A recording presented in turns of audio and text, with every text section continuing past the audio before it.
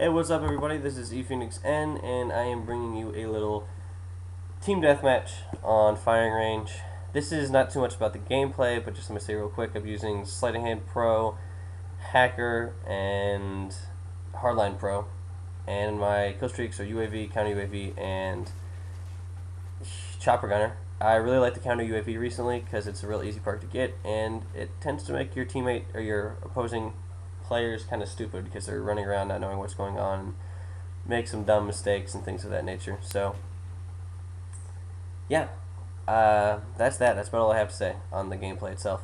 So have fun, enjoy that part. The rest of it is me talking about college. I'm going to graduate in like 10 days, which is really freaking exciting. I'm graduating from the University of Missouri, and so yeah, I'm pretty excited, pretty stoked about that, and I'm figured I'd give you a little college advice, considering I'm just about out of college. So, first advice is first semester, take easy classes. I would take the least amount of classes that'll make you a full-time student and take easy classes. The reason I say that is because most people do poorly the first semester of their first year.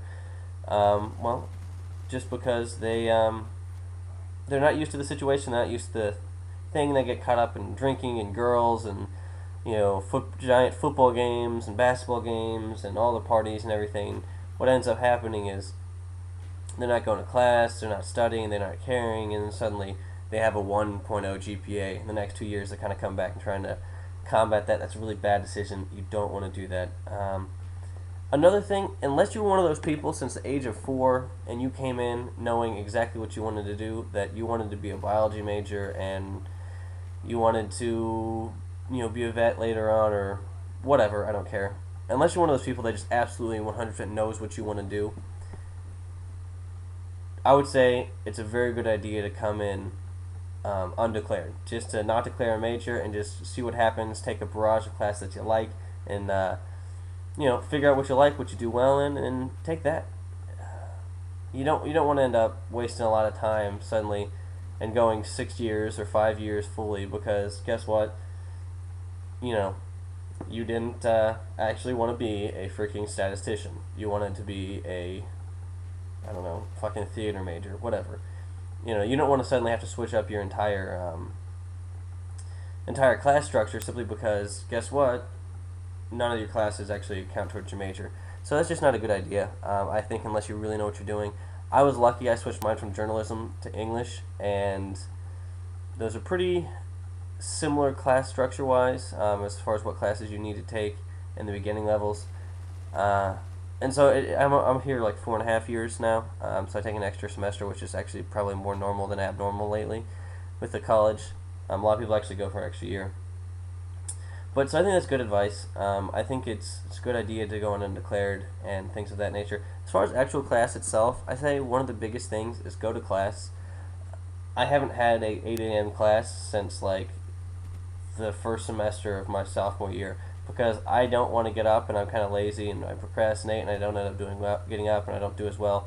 And so I structured my classes and things like that, so I didn't have to get up at 8. And some classes you can't avoid it, but a lot of them you can. So that's a thing too. You don't always have to go to every class. I didn't go to statistics, but I'm also good at math, and I just taught myself when I got an A.